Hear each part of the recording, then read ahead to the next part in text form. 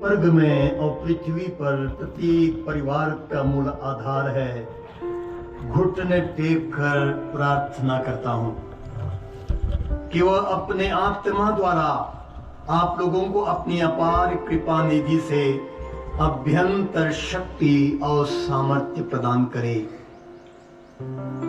जिससे विश्वास द्वारा मसीह आपके हृदयों में निवास करें, प्रेम में आपकी जड़ें गहरी हों और नींव से सुदृढ़ हो। इस तरह आप लोग अन्य सभी संतों के साथ मसीह के प्रेम की लंबाई, चौड़ाई, ऊंचाई और गहराई समझ सकेंगे। आप लोगों को उनके प्रेम का ज्ञान प्राप्त होगा, यद्यपि वो ज्ञान से परे है। इस प्रकार आप लोग ईश्वर की पूर्णता तक पहुंचकर स्वयं परिपूर्ण हो जाएंगे। प्रभु की वाणी। ईश्वर को धन्यवाद। एक एक वचन को थोड़ा सा ध्यान से सुनेंगे। लिखा है, संत पौलुस कहते हैं, मैं उस पिता के सामने, कौन सा पिता है वो? परम पिता परमेश्वर के सामने, जो स्वर्ग में और पृथ्वी पर प्रत्येक परिवार का मूल आधार है। संत पौलुस कहता है, मैं उस पिता के सामने जो स्वर्ग में और पृथ्वी पर प्रत्येक परिवार का मूल आधार है। परमेश्वर प्रत्येक परिवार का मूल आधार है, न सिर्फ इस धरती में बल्कि स्वर्ग में भी। ध्यान से सुनिएगा, वचन में क्या लिखा। संत पौलुस कहते हैं, मैं उस पिता के सामने जो प्रत्येक परिवार का, कहां पर? स्वर्ग में और पृथ्वी पर प्रत्येक परिवार का मूल आधार है, घुटने टेककर यह प्रार्थना करता हूं। किससे प्रार्थना करता हूं? जो परिवार का मूल आधार है, कि वो अपने आत्मा द्वारा आप लोगों को अपनी अपार कृपा निधि से अभ्यंतर शक्ति और सामर्थ्य प्रदान करे। क्या प्रदान करे? क्या प्रदान करे? अपनी अपार कृपा निधि से अभ्यंतर शक्ति, आंतरिक शक्ति और सामर्थ्य प्रदान करे। देखिएगा, कौन सी शक्ति है वो? कौन सी शक्ति है? अभ्यंतर शक्ति। अभ्यंतर शक्ति का मतलब अंदर से। जी हाँ, कि वो अपने आत्मा द्वारा आप लोगों को अपने अपार कृपा निधि से अभ्यंतर शक्ति और सामर्थ्य प्रदान करे। क्या प्रदान करे? क्या प्रदान करे? अभ्यंतर शक्ति और सामर्थ्य। अभ्यंतर शक्ति और सामर्थ्य प्रदान करे। इधर सुनिएगा, चंगाई मिलकर जाना काफी नहीं है, यदि हमारे अंदर वो अभ्यंतर शक्ति और सामर्थ्य नहीं है, सब बेकार है। मैं आपको बताऊंगा बाद में कि क्यों बेकार है। आगे पढ़िएगा, वचन 17 में लिखा है, जिससे विश्वास द्वारा मसीह आपके हृदयों में निवास करे। कैसे निवास करेगा? विश्वास के द्वारा। प्रेम में आपकी जड़ें गहरी हों और नींव सुदृढ़ हो। कौन सी नींव? परिवार की नींव। इस तरह आप लोग अन्य सभी संतों के साथ मसीह के प्रेम की लंबाई, चौड़ाई, ऊंचाई, गहराई समझ सकेंगे। क्या समझ सकेंगे? ईसा मसीह के प्रेम की लंबाई, चौड़ाई, गहराई समझ सकेंगे। मतलब प्रभु के प्रेम को समझ सकेंगे। मैं आपको आज बताना चाहूंगा, प्रभु को जानना काफी नहीं है। प्रभु को जानना काफी, बोलिए, नहीं। हाँ, प्रभु को जानना काफी नहीं है, प्रभु के प्रेम को जानना है। दिनाकरण बहुत बार यहां उड़ीसा में आए, जानते हैं? आते हैं? पास्टर विजेंद्र आए थे। हाँ, ये खूबी मैं उनकी मैं आज बता दूं। ज्ञान से ज्यादा उस परमेश्वर के प्रेम की गहराई लंबाई लोग जानते हैं। मैं उनकी बहुत प्रशंसा करता हूं। वो परमेश्वर के हम लोगों को इतना पढ़ाया गया है। क्या पढ़ाया? ज्ञान दिया गया। किसका ज्ञान? परमात्मा परमेश्वर का ज्ञान, प्रभु यीशु का ज्ञान। और जानिएगा, ये जानना कि यीशु मुक्ति दाता है, यीशु उद्धार करता है, कोई बड़ी बात नहीं है। बाइबल में लिखा है, प्रभु यीशु एक बार प्रार्थना मंदिर में चले गए थे। वहां एक अपदूत ग्रस्त था। उसने कहा, मैं जानता हूं आप कौन है, आप सर्वोच्च ईश्वर के पुत्र हैं। किसने कहा? दुष्ट आत्मा ने कहा, ज्ञान है उसको, आप सर्वोच्च ईश्वर के पुत्र हैं, परम पावन पुरुष हैं। कितने ऊंचे शब्द इस्तेमाल किए। इसलिए ये जानना कि यीशु मसीह है, यीशु प्रभु है, कोई बड़ी बात नहीं है। परमेश्वर एक है, पिता एक है, ये जानना कोई बड़ी बात नहीं है। इसलिए वचन में संत पौलुस कहता है, हमें क्या जानना है? आप लोग अन्य सभी संतों के साथ मसीह के प्रेम की लंबाई, चौड़ाई, ऊंचाई और गहराई समझ सकेंगे। प्रभु यीशु मसीह के प्रेम की गहराई, लंबाई, चौड़ाई समझ सकेंगे। यदि प्रभु यीशु मसीह के प्रेम की गहराई, लंबाई, चौड़ाई समझना है, हमको परमेश्वर पिता के प्रेम की गहराई, लंबाई, चौड़ाई समझना पड़ेगा। और उस परमेश्वर ने इतना प्यार किया जिस प्रेम की कोई सीमा नहीं है। उसने इतना प्यार किया, उसने अपने एकलौते पुत्र को ही इस संसार के लिए क्या किया? अर्पित कर दिया। अर्पित करना मतलब समर्पित करना। समर्पित करना मतलब उसको, उस परमेश्वर के पुत्र को कहां होना चाहिए? स्वर्ग में होना चाहिए, अपनी महिमा में होना चाहिए। वो अपने स्वर्ग को छोड़ के, अपनी महिमा को छोड़ के, अपनी ईश्वरीयता को छोड़ के संसार में आया। कैसे आया? एक दुर्बल, कंगाल, गरीब इंसान के रूप में आया। क्यों? क्यों? सिर्फ प्यार के लिए। सुनिए कान खोलकर, यदि कोई ईसाई के अलावा यहां कोई अन्य हो, कान खोल के सुनो। यीशु मसीह धर्म परिवर्तन करने के लिए नहीं आए। ईसा मसीह किसी के धर्म को बदलने के लिए नहीं आए। ईसा मसीह हमारी संस्कृति को बदलने के लिए नहीं आए। ईसा मसीह का आने का उद्देश्य सिर्फ एक उद्देश्य, हमसे प्यार करता है। प्यार के खातिर उसने त्याग कर दिया, ईश्वरीयता को छोड़ा, अपनी महिमा को छोड़ा, स्वर्ग को छोड़ा और इस धरती पर चले आया। इसलिए संत पौलुस कहता है, इस तरह आप लोग अन्य सभी संतों के साथ मसीह के प्रेम की लंबाई, चौड़ाई, ऊंचाई, गहराई समझ सकेंगे। आप लोगों को उनके प्रेम का ज्ञान प्राप्त होगा। क्या प्राप्त होगा? क्या प्राप्त होगा? उसके प्रेम का ज्ञान प्राप्त होगा। यद्यपि वो ज्ञान से पर है, वो ज्ञान से मतलब सांसारिक ज्ञान से पर है। परमेश्वर के प्रेम का ज्ञान इस संसार के ज्ञान से पर है। और इस प्रकार आप लोग ईश्वर की पूर्णता तक पहुंचकर स्वयं परिपूर्ण हो जाएंगे। हम परिपूर्ण कब हो जाएंगे? हमारे परिवार परिपूर्ण कब हो जाएंगे? जिस दिन हम प्रभु के प्रेम को समझ जाएंगे। इसलिए संत योहन अपने पत्र में, संत योहन का पहला पत्र अध्याय 4 वचन 15 और 16 में पढ़ूंगा, ध्यान से सुनिएगा। जो यह स्वीकार करता है, संत योहन का पहला पत्र अध्याय 4 वचन 15 और 16, कोई पढ़ सकते हैं? पढ़िए।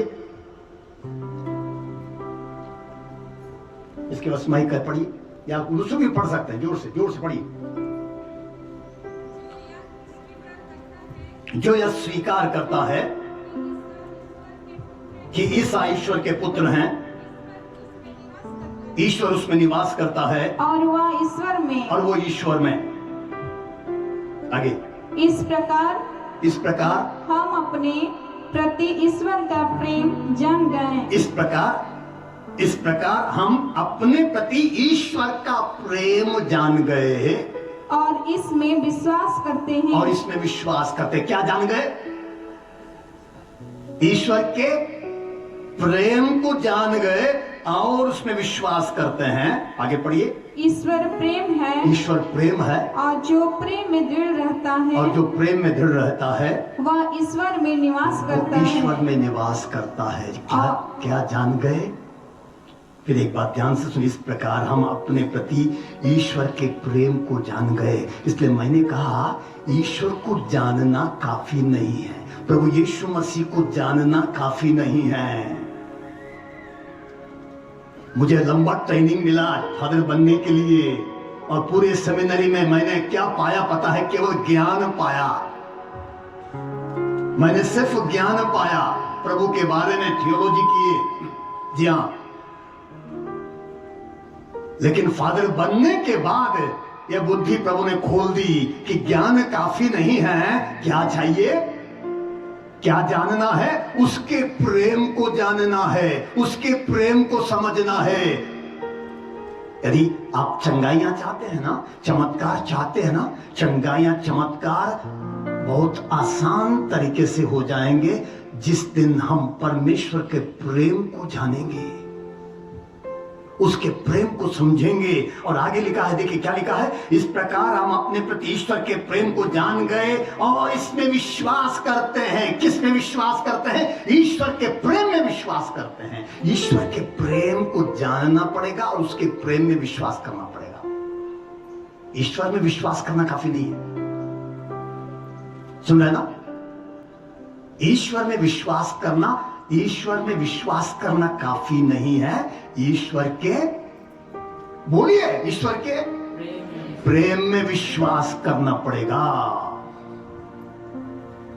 ये हमारी कमी, मैं बता दूं, कैथोलिक कलीसिया में बहुत बड़ी कमी यही है। हमारे कलीसिया में बहुत बड़े संत मिले, बहुत संत हैं जिन्होंने न सिर्फ परमेश्वर के प्रेम, परमेश्वर में विश्वास किया, उनके प्रेम में विश्वास किया। मदर तेरेसा से लेकर संत अल्फोंसा, बहुत सारे संत हैं जिन्होंने न सिर्फ प्रभु में विश्वास किया बल्कि प्रभु के प्रेम में विश्वास किया, क्योंकि प्रभु के प्रेम को जाने थे। लेकिन हम लोगों की कमी, हम उस परमेश्वर के, उस प्रभु के प्रेम को जानने की कोशिश नहीं करते हैं। पूरी बाइबल परमेश्वर के प्रेम के बारे में लिखी हुई किताब है। यह पूरी किताब परमेश्वर का प्रेम का वर्णन करता है। सृष्टि के शुरुआत में परमेश्वर ने जब मनुष्य को बनाया, क्या कहा? आओ हम मनुष्य को बनाएं, वो हमारे ही सदृश हो। अरे बिना प्रेम का कोई अपने सदृश इंसान को बनाता है?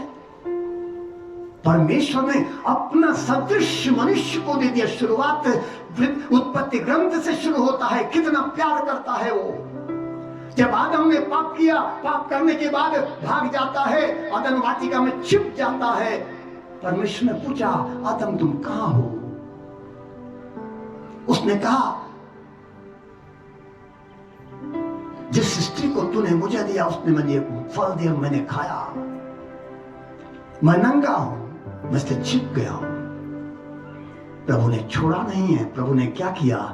अध्याय 3 वचन 21 में पढ़ते हैं, प्रभु खाल के कपड़े बना तो उसको पहनाया। प्रभु ने खाल के कपड़े पहना तो उसको पहनाया ताकि उसका नंगापन छिप जाए। बाइबल में शुरुआत से लेकर एक एक अध्याय में हम पढ़ेंगे। नबी ईसाया का ग्रंथ अध्याय 54 वचन 10 में हम पढ़ते हैं, आइज़ाया 54 वर्स 10, प्रभु कहता है, चाहे पहाड़ टल जाएं और पहाड़ियां डवाडोल हो जाएं, किंतु तेरे प्रति मेरा प्रेम, बोलिए, नहीं टलेगा। मतलब कुछ भी हो जाए, कुछ भी हो जाए, मेरा प्रेम नहीं टलेगा। हम कितने ही पाप कर दें, क्या प्रभु का प्रेम टलेगा? बोलिए, नहीं टलेगा। उसका प्रेम वही है, चाहे पहाड़ टल जाए, पहाड़ियां डवाडोल हो जाए, किंतु तेरे प्रति मेरा प्रेम नहीं टलेगा। प्रभु वादा करता है नहीं टलेगा। और उड़ाव पुत्र की कहानी में उस बात को प्रभु यीशु ने समझाने की कोशिश किया। बहुत सुंदर तरीके से उड़ाव पुत्र सब बर्बाद करके भाग गया, सब लेके भाग गया, बर्बाद किया। उड़ाव पुत्र की कहानी आप जानते हैं। वहां जाने के बाद उसके पास खाने के लिए कुछ भी नहीं था, सुअरों को चराना था और सुअरों के पलियां खा के पेट भर रहा था। लेकिन वहां उसके होश आता है और वो कहता है मेरे पिता के यहाँ नौकरों को भी अच्छा से अच्छा भोजन मिलता है। और वहां से निर्णय लेता है, वापस अपने पिता के पास जाने का निर्णय लेता, कहता है, जाके कहने के लिए छत तोड़ता है, पिताजी मैं आपका बेटा कहलाने योग्य नहीं रहा। वचन में लिखा है बेटा आ रहा था, बाप ने देखा। कैसे देखा? दूर से देखा। बाद में देखिए उड़ाव पुत्र की कहानी में भी देखिएगा एक शब्द, देखिएगा एक शब्द, बाप ने देखा बेटे को। कहां देखा? दूर से देखा। और लिखा है दौड़कर उसे गले लगा लिया, दौड़कर उसे गले लगा लिया। और इतना ही नहीं, उसको अंगूठी पहनाया, जूते पहनाया, नए कपड़े पहनाया और कहा ये मेरा बेटा खो गया था, मिल गया है, ये मर गया था, जी गया है। ये परम पिता का प्रेम है, ये परमेश्वर का प्रेम है। क्या वो बेटा खो गया था या भाग गया था? क्या बेटा मर गया था? लेकिन बाप ने क्या कहा? बेटा बोल रहा था पिताजी मैं आपका बेटा कहलाने योग्य नहीं रहा, लेकिन बाप उसको सुनता ही नहीं है। बाप को इतनी खुशी कि मेरा बेटा वापस आ गया, उसको गले लगा रहा है, उसकी गंदगी नहीं देख रहा है। नबी ईसाया का ग्रंथ अध्याय 49, ईसाया 49 शायद वचन 15 में प्रभु कहता है कि स्त्री अपना दूध मुहा बच्चा भुला सकती है? क्या स्त्री अपना दूध मुहा बच्चा भुला सकती है? यदि वो भी भुला दे तब भी मैं तुम्हें कभी नहीं भुलाऊंगा। क्या मां अपने बच्चे को भूल सकती है? भूल सकती है? झूठ बोलते हो।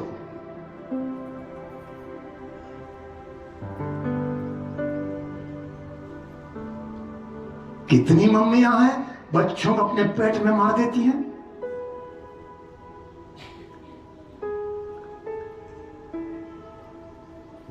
जी हां, बहुत सारी बैठी यहां भी बैठी हैं, बहुत सारी बैठी हैं। बड़ा मत मानिएगा, कम से कम 300 से अधिक यहां बैठी हैं।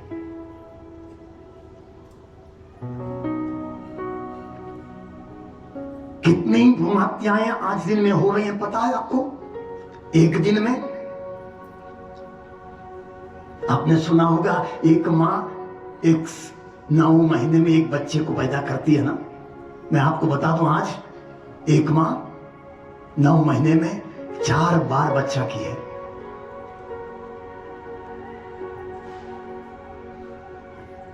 पेट में बच्चा हुआ, दवा खाई, बच्चा मर गया। उसके बाद फिर हुआ, फिर उसी तरह हो गई, 15 दिन का हो गया, फिर दवा खाई, बच्चा मर गया। फिर ऐसा ही हुआ दूसरा, तीसरा, चौथा। 10 महीने में उसने 4 बच्चे मारे। कितने लोगों ने मां मरियम के तस्वीर या मूर्ति को देखा है जहां पर मां मरियम के आंखों से खून के आंसू के बूंद दिखाई देते हैं, गिरते? कितने ने देखा है? हाथ उठाइए, किसी ने देखा? कभी यही तस्वीर देखा होगा तो जो हाथ उठा, सीधा हाथ उठाइए, देखे हैं तो? कई लोगों ने देखा, हाथ नीचे करिए। क्यों मार हो रही है? क्यों मार हो रही है? इन्हीं बच्चों के लिए जो खोक में मारे जाते हैं। लाखों बच्चे प्रतिदिन, लाखों बच्चे मारे जाते हैं।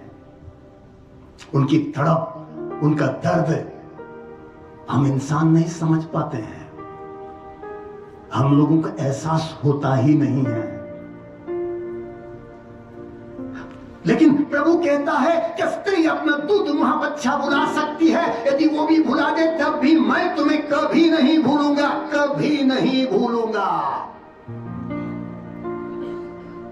अभी लगभग हमको लगता है कुछ महीने पहले, 7-8 महीने पहले हमारे यहाँ जहाँ आश्रम है थोड़ी दूर 1 किलोमीटर दूरी पर एक नदी के किनारे एक झाड़ी में एक बच्ची को फेंक दिए थे। एक बच्ची को फेंक दिए थे और वो भी ऊपर से नीचे फेंक दिए थे जी। वहां पर वो बच्ची कई घंटे वहां पड़ी रही, उसमें जान थी। जब लोगों को पता चला उसके अंदर जान थी, लेकिन कुछ समय के बाद वो मर गए। अस्पताल पहुंचने के पहले मर गई। क्यों फेंका गया था? क्योंकि उसके मां की और बेटियां थी और 4 बेटियां थी, 5वीं बेटी थी। मां ने नहीं फेंका, दादा दादी ने लाके फेंक दिया।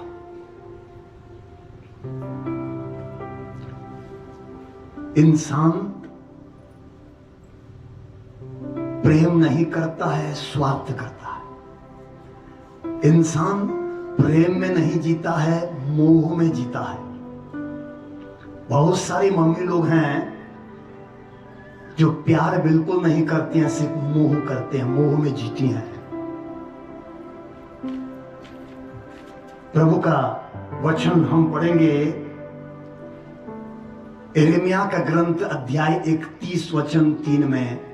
यिर्मयाह का ग्रंथ अध्याय 31 वचन 3 में प्रभु कहता है, अनंत काल से मैं तुमको प्यार करता आ रहा हूं। अनंत काल से, कब से? अनंत काल से मैं तुमको प्यार करता आ रहा हूं। परमेश्वर का प्रेम कभी खत्म नहीं होता है।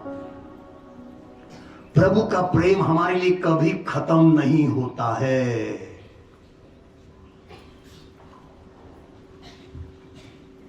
नबी ईसाई का अध्याय 43, आइज़ाया 43 वचन 4 और 5 में हम पढ़ते हैं, प्रभु कहता है, तुम मेरी दृष्टि में मूल्यवान हो, महत्व रखते हो, मैं तुमसे प्यार करता हूं। तुम क्या हो? मेरी दृष्टि में मूल्यवान हो, महत्व रखते हो, मैं तुमसे प्यार करता हूं। जी हाँ, प्रभु के लिए हम एक एक व्यक्ति, प्रत्येक व्यक्ति बहुत कीमती हैं, बहुत मूल्यवान हैं। हम उसके लिए महत्व रखते हैं। एक एक व्यक्ति, एक एक इंसान, जरूरत नहीं कि वो क्रिश्चियन होना चाहिए, हिंदू भी उसके लिए महत्व रखता है, मुसलमान भी उसके लिए महत्व रखता है, बौद्ध, जैन, कोई भी क्यों ना हो, वो एक एक व्यक्ति परमेश्वर के लिए महत्व रखता है। क्योंकि उसने हर इंसान को, वो किसी धर्म का, किसी वर्ग का क्यों ना, उसने अपने सदृश बनाया, अपने प्रतिरूप में बनाया है। और इसलिए संत पौलुस कहता है, हमें उस परमेश्वर के प्रेम की ऊंचाई, गहराई, चौड़ाई समझने की जरूरत है। Hallelujah, hallelujah, hallelujah. प्रभु की स्तुति हो। ईश्वर को धन्यवाद, ईश्वर को धन्यवाद। संत योहन का पहला पत्र अध्याय 4 वचन 10 निकालिए। संत योहन का पहला पत्र अध्याय 4 वचन 10, कोई भी पढ़िए।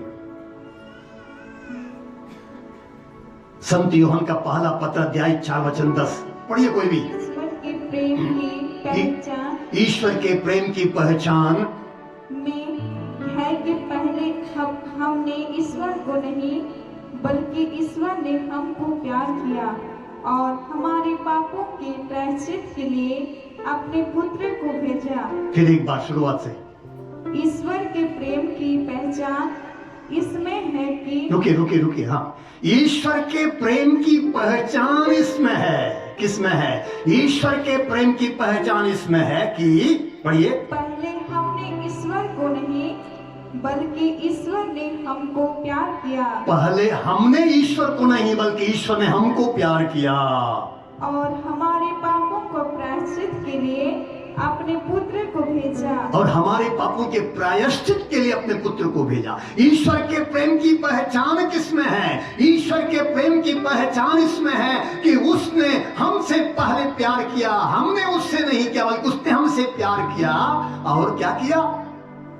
हमारे पापों की मुक्ति के लिए उसने अपने पुत्र को भेजा, पश्चाताप प्रायश्चित करने के लिए अपने पुत्र को भेजा, प्रायश्चित करने के लिए। जी हां, प्रायश्चित के लिए अपने पुत्र को भेजा। क्यों पुत्र को भेजा?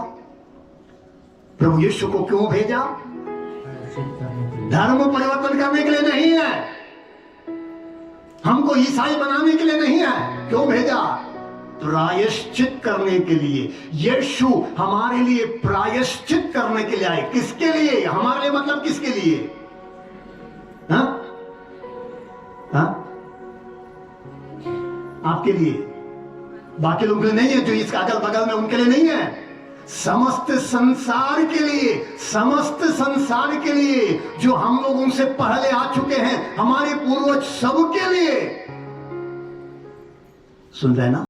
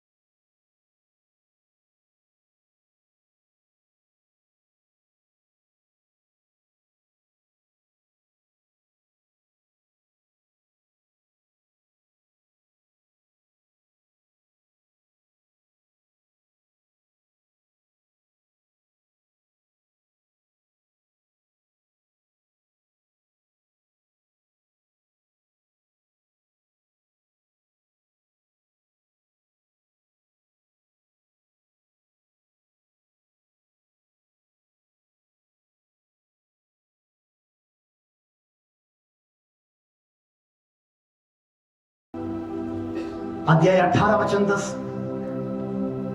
दूसरे दिन ईश्वर का भेजा हुआ दुष्ट आत्मा शाऊल पर सवार हुआ। सुनिए, दूसरे दिन माने उसके बाद कुछ दिन के बाद की बात हो रही है। क्या हुआ? ईश्वर का भेजा वो दुष्ट आत्मा क्या होता है? जो पहले सता रहा था, बाहर से सता रहा था, वो क्या करता है? उसके ऊपर सवार हो जाता है। कहां सवार होता है? अंदर सवार हो जाता है। जब पवित्र आत्मा छोड़ के चला गया, दुष्ट आत्मा उसके अंदर सवार हो जाता है। और आगे पढ़िए। और वह अपने घर में अवशिष्ट हो गया। शाऊल किसका घर बन गया? दुष्ट आत्मा का घर बन गया। शाऊल दुष्ट आत्मा का घर बन गया। वचन में लिखा है, हम किसके घर हैं? हम किसके मंदिर हैं? पवित्र आत्मा के मंदिर हैं। लेकिन इस घर में पवित्र आत्मा नहीं रहेगा तो कौन आ जाएगा? दुष्ट आत्मा। उसी तरह यदि इस घर में पवित्र आत्मा नहीं है, इसके अंदर दुष्ट आत्मा आता है। हमारे परिवार में भी जो घर, हमारा पति पत्नी बच्चे, हम लोगों के बीच में यदि पवित्र आत्मा नहीं है, वहां पर भी कौन आएगा? दुष्ट आत्मा आएगा।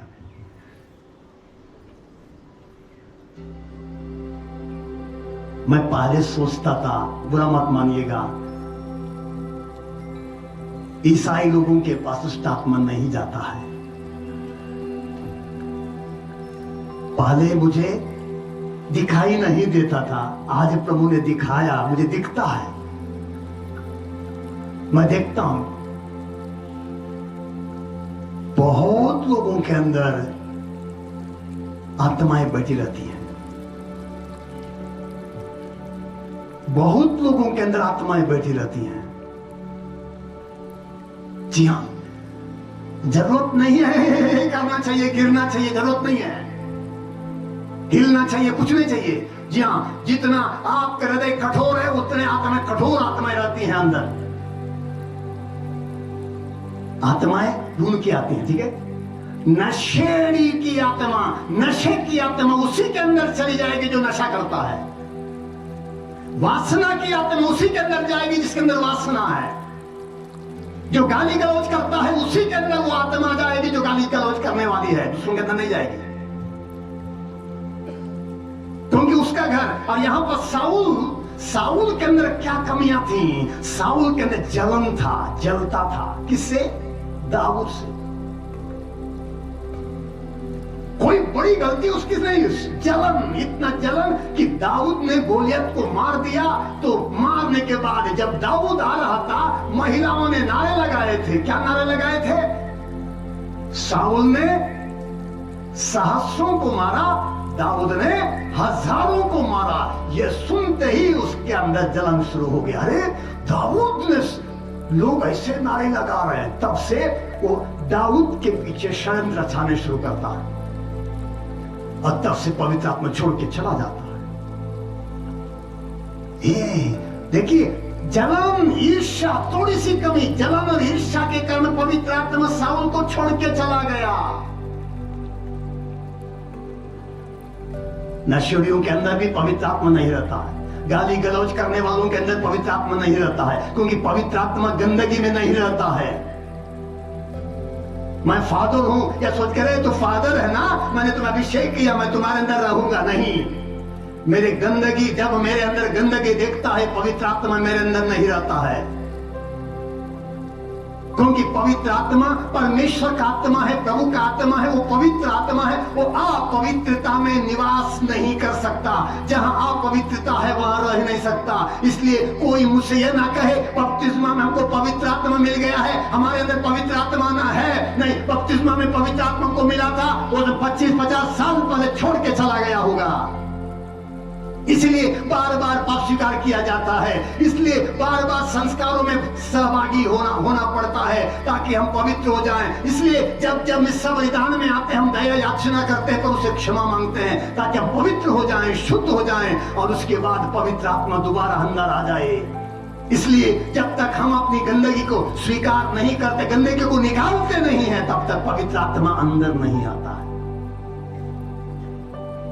इसलिए पवित्र आत्मा जब नहीं रहता है दुष्ट आत्माएं आती हैं। लेकिन जब पवित्र आत्मा अंदर आता है, पवित्र आत्मा क्या करता है, जो संत पौलुस लिखता है ना, कि वो हमें हमारे अंदर अभ्यंतर शक्ति और सामर्थ्य देता है। अभ्यंतर शक्ति और सामर्थ्य, उस अभ्यंतर शक्ति और सामर्थ्य के कारण हमारे अंदर कोई दुष्ट आत्मा प्रवेश नहीं कर सकता। वो एक प्रकार की आग है। अभ्यंतर शक्ति और सामर्थ्य एक प्रकार की आग है। जी हां, और यदि वो आग हमारे अंदर नहीं है, उस आग को खत्म किया जा सकता है बहुत आसान से। उस आग को बहुत आसान से खत्म किया जा सकता है। मैं आपको आज कुछ बातें खुल के बताता हूं। मेरे जीवन में कई ऐसा दिन आया, मेरे अंदर उस आग को खत्म करने के लिए कोशिश किया गया।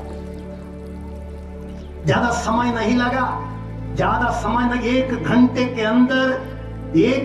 के अंदर मेरे अंदर की वो आग खत्म करने की कोशिश की गई, और एक घंटे के अंदर मेरे अंदर भी दुष्ट आत्मा ने प्रवेश किया।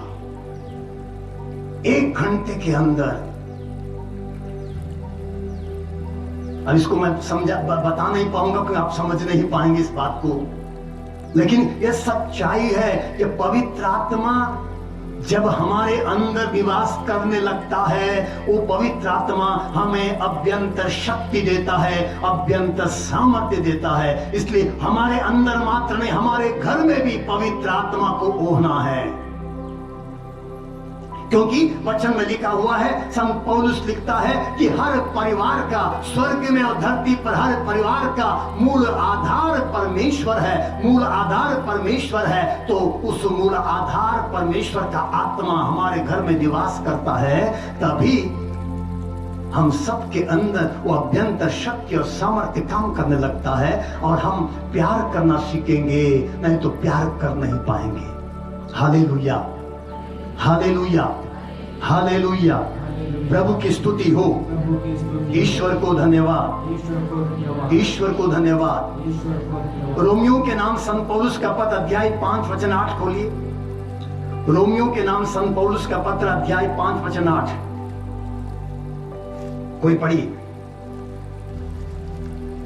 आशा व्यर्थ नहीं होती, आशा व्यर्थ नहीं होती, क्योंकि ईश्वर ने हमें पवित्र आत्मा प्रदान किया है, क्योंकि ईश्वर ने हमें पवित्र आत्मा प्रदान किया है, और उसके द्वारा ही ईश्वर का प्रेम हमारे हृदयों में उमड़ पड़ा है, और उसके द्वारा ही ईश्वर का प्रेम हमारे हृदय में उमड़ पड़ा है। आशा व्यर्थ नहीं होती, क्योंकि ईश्वर ने हमें पवित्र आत्मा प्रदान किया है। ईश्वर ने क्या प्रदान किया?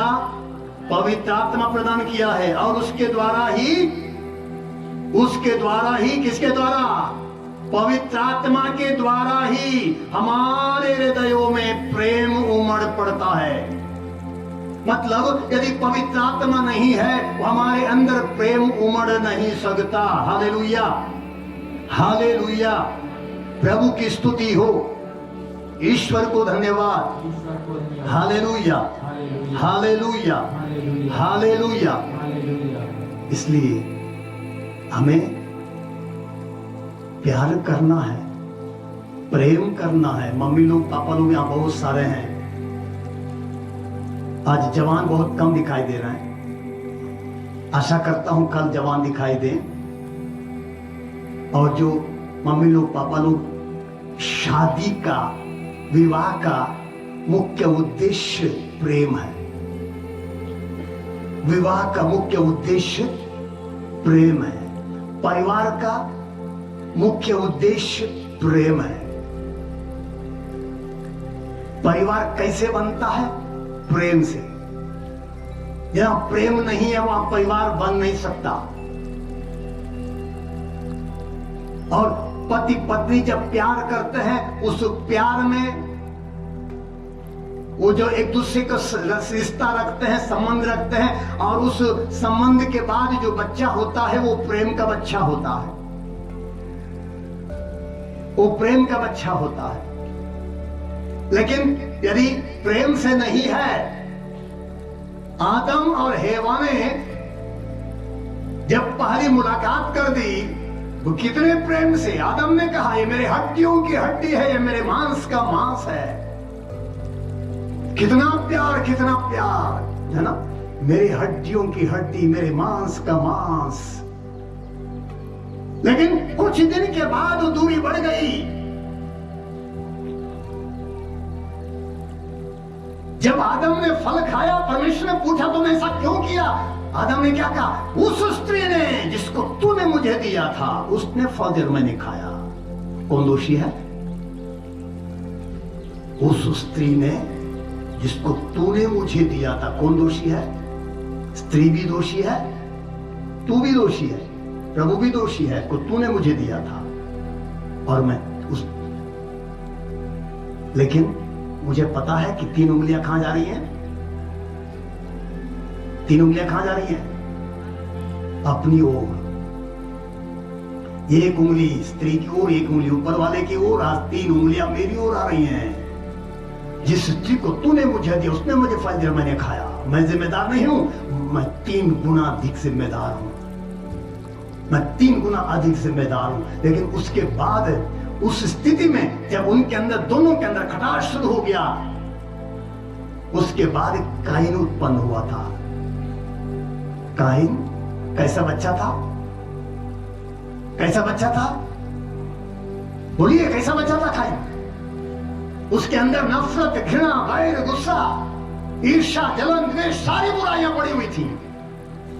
हाथ उठाइए, दोनों हाथ उठाइए, दोनों हाथ उठाइए,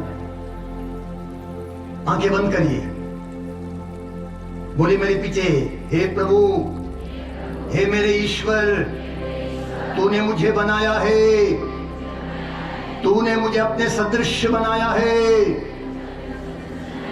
मेरे अंदर अपना आत्मा उंडेल दे, मुझे पवित्र आत्मा का मंदिर बना दे, ताकि पवित्र आत्मा के द्वारा मेरे अंदर अभ्यंतर शक्ति और सामर्थ्य आ जाए, ताकि मैं प्रेम से बढ़ूं, प्रेम में बढ़ूं, प्रेम करूं, प्रेमी बन जाऊं। Hallelujah, hallelujah, hallelujah, hallelujah. हे प्रेमी पिता, पवित्र आत्मा की आग से मुझे शुद्ध कर दे। मेरे मन को, मेरे हृदय को, मेरी आत्मा को शुद्ध कर दे, पवित्र कर दे। Hallelujah, hallelujah, hallelujah, hallelujah, hallelujah, hallelujah. हाथ नीचे करिए। परमेश्वर प्रेम है। संत यूहन्ना लिखता है अपने पत्रों में, परमेश्वर प्रेम है, ईश्वर प्रेम है। जब परमेश्वर प्रेम है, ईश्वर प्रेम है, उसने हमें अपने सदृश बनाया। इसका मतलब हम भी क्या हैं? हम भी प्रेम हैं, हम भी प्रेम है। जब हम परमेश्वर के प्रेम को समझ जाएंगे, जब उस समय हम जान जाएंगे कि हाँ, हमें भी वैसा ही बनना है।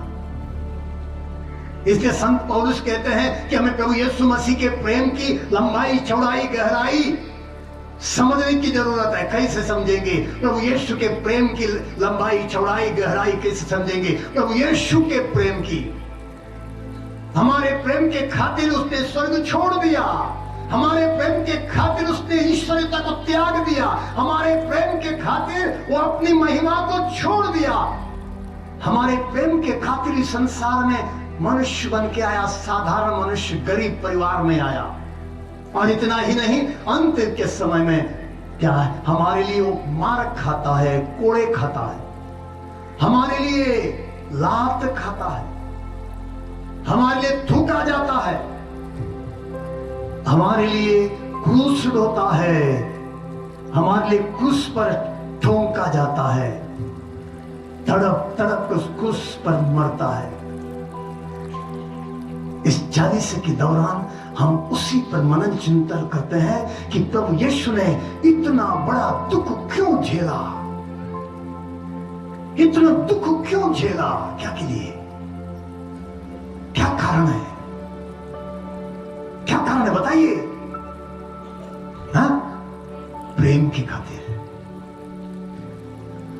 हमें मरना चाहिए था, था, हमें क्रूस ढोना चाहिए था, हमें तड़पना चाहिए था, हमें दुख झेलना चाहिए था, लेकिन हमारे बदले प्रभु यीशु ने किया। इसलिए बार बार संत पौलुस लिखता है, पिता ने अपने पुत्र को हमारे लिए प्रायश्चित के लिए भेजा। पिता का प्रेम इससे प्रकट हुआ कि पिता ने अपने पुत्र को हमारे लिए प्रायश्चित करने के लिए भेजा। Hallelujah, hallelujah, hallelujah, hallelujah, hallelujah. जब हम परमेश्वर के प्रेम को पहचान जाएंगे, उसके प्रेम का ज्ञान हमें प्राप्त होगा, प्रभु यीशु के प्रेम को समझ जाएंगे, तब हम समझ जाएंगे कि प्यार क्या होता है, प्यार क्या होता है, प्रेम क्या होता है। और जब हम प्रेम को समझेंगे तभी हम प्रेम कर पाएंगे, प्यार कर पाएंगे। जब प्यार कर पाएंगे, हमारा परिवार प्रेमी परिवार बन जाएगा। जहां प्यार है वहां प्रभु का आत्मा निवास करता, प्रभु निवास करता है। जहां प्यार नहीं है वहां प्रभु निवास नहीं करता। जहां प्यार नहीं है वहां कौन निवास करेगा? कौन? कौन? दुष्ट आत्माएं निवास करेंगे। Hallelujah, hallelujah. प्रभु की स्तुति हो, ईश्वर को धन्यवाद। दुष्ट आत्माएं कई प्रकार की हैं, सुनिएगा, दुष्ट आत्माएं कई प्रकार की हैं। जी हाँ, दुष्ट आत्मा एक प्रकार की नहीं है, बहुत प्रकार की दुष्ट आत्माएं। बाइबल में स्पष्ट लिखा, संत पौलुस लिखता है इफिसियों के पत्र में, हमें अंधकारमय संसार के अधिकारियों, अधिपतियों, शासकों और आकाश के दुष्ट आत्माओं से संघर्ष करना पड़ता है। मतलब इस संसार में कई प्रकार की दुष्ट आत्माएं, और इतना ही नहीं, उसके साथ साथ इंसानों की आत्माएं भी हैं जो दुष्ट बनी हुई हैं। इंसानों की आत्माएं भी जिनको जो दुष्ट बन चुके हैं, और वो भी सताती हैं। कई लोग, हम आत्माओं को पहचान नहीं पाते हैं। हम इंसानों की कमी, हम आत्माओं को नहीं पहचान पाते हैं। मैं देखता हूं कई जगह बड़े बड़े लोग प्रार्थना चलाते हैं और प्रार्थना करते हैं, आदेश देते हैं, यीशु मसीह के नाम से छोड़ के जाओ, क्रूस के नीचे चले जाओ, बोलकर यीशु के चरणों में चले जाओ। हमको पहचान नहीं है कि वो इंसान का आत्मा है या दुष्ट आत्मा है। अधिक लोगों के अंदर इंसान की आत्मा है। इंसान की आत्मा दुष्ट आत्मा नहीं है, लेकिन इंसान की आत्माओं को भी दुष्ट बनाया जाता है।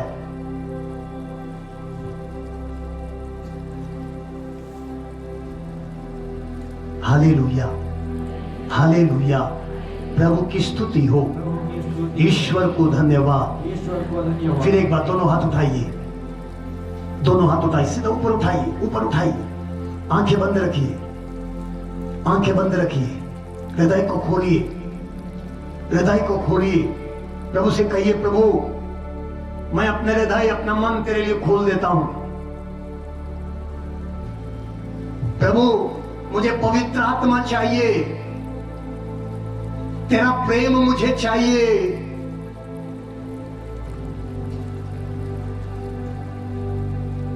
मुझे तेरे प्रेम में विश्वास बढ़ा दे, तेरे प्रेम में मैं विश्वास करूं।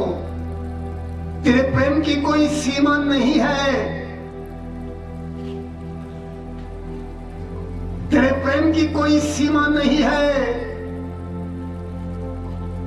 तू बहुत प्यार करता है, तूने इतना प्यार किया कि तूने हमारे लिए अपने इकलौते पुत्र को ही अर्पित कर दिया। प्रभु यीशु, तेरे प्रेम की कोई सीमा नहीं है कि तूने मेरे लिए, तूने हमारे लिए अपने आप को समर्पित किया। कोड़े खाया, मार खाया, लात खाया, क्रूस ढोया, क्रूस पर ठोंका गया, तड़प तड़प कर मर गया। प्रभु तेरे प्रेम में मैं विश्वास कर पाऊं, तेरे प्रेम की गहराई में जान पाऊं, तेरे प्रेम की गहराई में समझ पाऊं, तेरे प्रेम की लंबाई चौड़ाई जान पाऊं, कि तू हमारे प्यार संसार में आया, तू आज भी हमसे प्यार करता है। इस 40 के समय मैं तेरे प्रेम की गहराई को, तेरे प्रेम की लंबाई चौड़ाई को समझ सकूं और उसमें विश्वास कर पाऊं, ताकि मेरे अंदर तेरा आत्मा आ जाए और तेरा आत्मा मुझे अभ्यंतर शक्ति और सामर्थ्य प्रदान करे।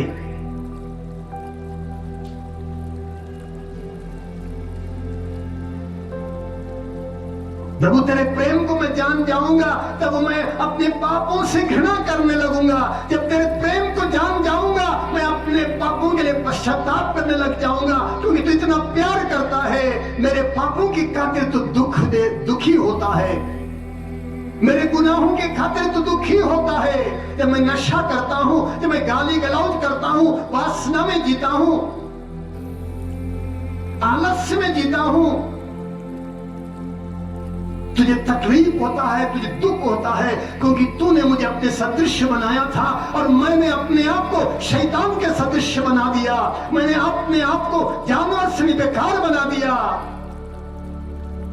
जो जानवर नहीं करता है तब मैं करने लगता हूं कभी कभी।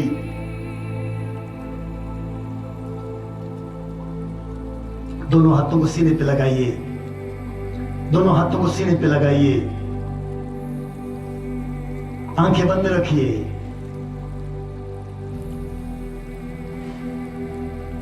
आपने कभी देखा है, सिर्फ कानों से सुनिए, आपने कभी देखा है आपके घर में पालतू सुअर है, दारू पीता है, हड़िया पीता है, बकरी है, सुरती गुड़का खाती है, आपके अगल बगल में गाय है, घर में गाय है, क्या आपने कभी देखा उस गाय को गाली गलौज करते हुए, गंदी बातें करते हुए?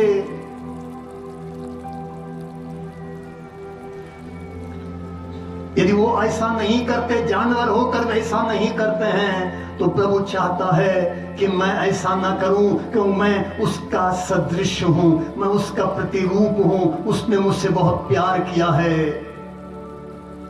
हम में से प्रत्येक से वो बहुत प्यार करता है। प्रभु से कहिए, प्रभु आज मुझे नया बनाइए, आज मुझे नया बनाइए प्रभु। बुराइयों के प्रति मेरे हृदय में नफरत उत्पन्न कीजिए प्रभु। हर गंदी आदत को, बुरी आदत को मैं इसी वक्त छोड़ना चाहता हूं प्रभु।